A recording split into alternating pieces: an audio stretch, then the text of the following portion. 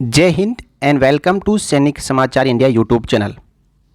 देश की आज़ादी के बाद सरकारें आती गई जाती गई तथा अपनी अपनी राजनीति चलाती रही, लेकिन किसी ने भी पूर्व सैनिकों की लंबित मांग वन रैंक वन पेंशन के ऊपर ध्यान नहीं दिया और ना ही इसे स्वीकार किया। 2014 के चुनाव से पहले भारतीय जनता पार्टी ने अपने घोषणा पत्र में वन रैंक वन पेंशन को लागू करने की बात कही और सरकार बनने के बाद वन रैंक वन पेंशन लागू तो कर दिया, लेकिन असली वाला वन रैंक वन पेंशन नहीं। ओआरओपी के नाम पर पूर्व सैनिकों को अंधेरे में रखा गया और इनके साथ में धोखा किया। इसमें कई विसंगतियां पाई गई ताकि ये मुद्दा हमेशा हमेशा के लिए चलता रहे और वोट की राजनीति बनी रहे। असली ओआरओपी सरकार ने नहीं दी। इसके बाद आपको पता है कि 2016 में ये मुद्दा ऑनरेबल सुप्रीम कोर्ट में चला गया। 2019 के अंदर ओआरओपी का जो रिवीजन होना था वो रिवीजन नहीं हो पाया और फाइनली इसके ऊपर 2022 में ऑनरेबल सुप्रीम कोर्ट का जजमेंट आया और उन्होंने सरकार के इस नीतिगत फैसले को सही बताया। साथियों, सरकार की यदि इच्छा शक्ति हो तो सरकार कुछ भी कर सकती है, लेकिन जब सरकार चाहे कि उन्हें ओआरओपी किस तरीके से देना है, इसका लाभ कितना देना है, इस मुद्दे को आगे चलाना है या पूरा लाभ देना है, तो वो उसी के फैसलों के अकॉर्डिंग ही काम करती है। अब साथियों, 2024 में दोबारा लोकसभा के चुनाव आने वाले हैं। 2022 में जून में ओआरओपी 2 का लाभ ऑनरेबल सुप्रीम कोर्ट के जजमेंट के अकॉर्डिंग देना था, लेकिन ओआरओपी को लंबा खींचा जा रहा है। अब ओआरओपी 2 और ओआरओपी 3 के बीच में ज़्यादा फैसला नहीं रह गया है, बस 1-1.5 साल की बात है। इन दोनों ओआरओपी को मर्ज किया जा सकता है। आपने सरकार के फैसले को देखा और सुना होगा। जो 18 महीने का डीए कोरोना काल के समय का, सरकार चाहती तो ये सबको डीए मिल जाता, लेकिन सरकार की इच्छा शक्ति के सामने सब कुछ फेल है। हमारा देश 3 मुख्य आधार स्तंभ के ऊपर टिका हुआ है। सबसे पहला व्यवस्थापिका, दूसरा है कार्यपालिका और तीसरा है न्यायपालिका। एक और स्तंभ है मीडिया, जिसने अपना काम करना बंद कर दिया है।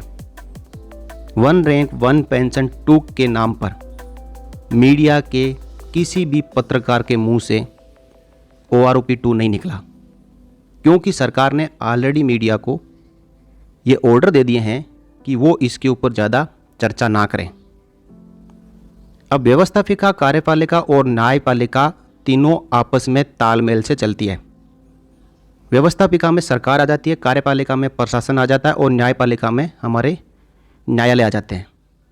व्यवस्थापिका चाहेगी वही काम होगा। इसकी जो मेन कंट्रोल है वो व्यवस्थापिका के हाथ में है। उन्होंने व्यवस्था बनानी है, देश को उन्होंने चलाना है।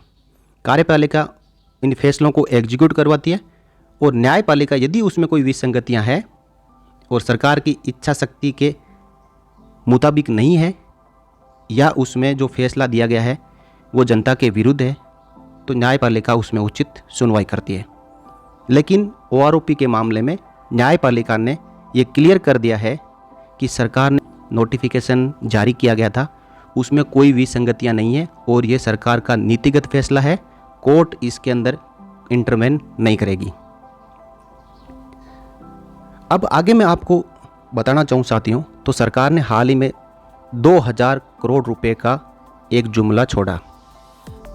अब आपको 2000 करोड़ रुपए सुनने से पता चल गया होगा कि सरकार की इच्छा शक्ति नहीं है कि वो फंड रिलीज करे।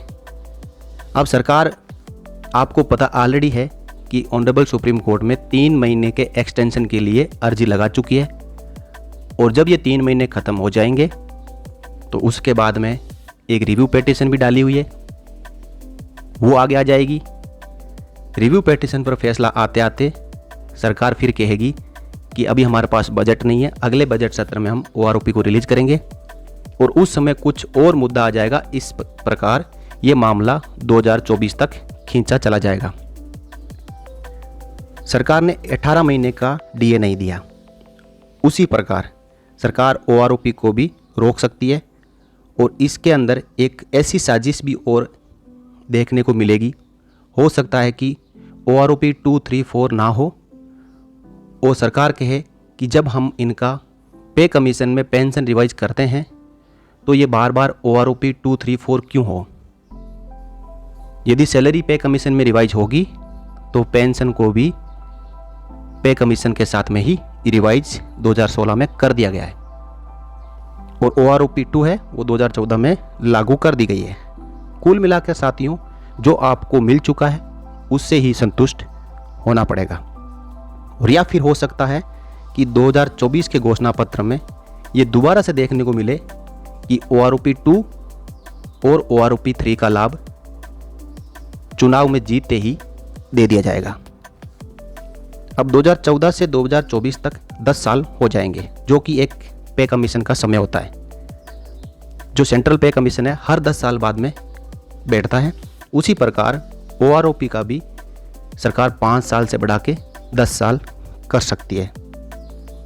अब आगे no OROP 2, no OROP 3, no OROP 4, ये आपको फैसला देखने को मिल सकता है।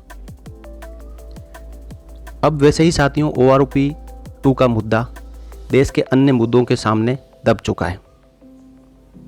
अब इसके ऊपर चर्चाएं खत्म होने जा रही है, और ये धीरे धीरे मामला शांत हो जाएगा, और जो भी मिलना है आपको OROP 2 मिले या OROP 3 मिले, वो 2024 में ही मिलेगा। तो साथियों, ये मेरी एक व्यक्तिगत राय थी। इसके ऊपर आपका क्या कहना है, आप कमेंट सेक्शन में कमेंट जरूर करें। और ऐसे ही पूर्व सैनिकों की आवाज़ को दबाया जाएगा, उनके अधिकारों को दबाया जाएगा, तो सैनिक भी जवाब देना जानते हैं। एक तरफ अग्निपथ योजना, दूसरी तरफ OROP 2। हमारे देश में जो सरकार है वो सैनिकों और पूर्व सैनिकों के इर्द गिर्द ही क्यों घूमती है? क्या इसके अलावा हमारे देश में कोई विभाग, तंत्र, महकमे, कार्यालय या मंत्रालय नहीं है जहाँ पे उनके कर्मचारियों के हक को कम किया जाए, उनका हक मारा जाए? लेकिन नहीं, राजनीति करनी है तो सैनिकों और पूर्व सैनिकों के नाम पर ही करनी है। इन्हीं के अधिकारों को कम करना है, इनको ही समय पे किसी भी प्रकार का लाभ नहीं देना है, और आगे अब तो पेंशन भी बंद करने जा रहे हैं। तो ये अतिशयोक्ति विडंबना है साथियों कि सैनिकों और पूर्व सैनिकों के साथ में बहुत ही बुरा हो रहा है। अब यदि सब एकजुट हो, अपनी आवाज़ उठाएं, अपनी मांगों को रखें शांत तरीके से, शांतिपूर्ण तरीके से, तभी जो OROP 2 का लाभ मिल सकता है। नहीं तो साथियों, ये 2024 से पहले नहीं मिलने वाला। इस वीडियो में इतना ही साथियों, मिलते हैं अगले वीडियो में एक और लेटेस्ट जानकारी के साथ। तब तक के लिए जय हिंद, जय Bharat, Vande Mataram. A promise of right pension at right time, touching lives of more than 3 million ex-servicemen. Splash.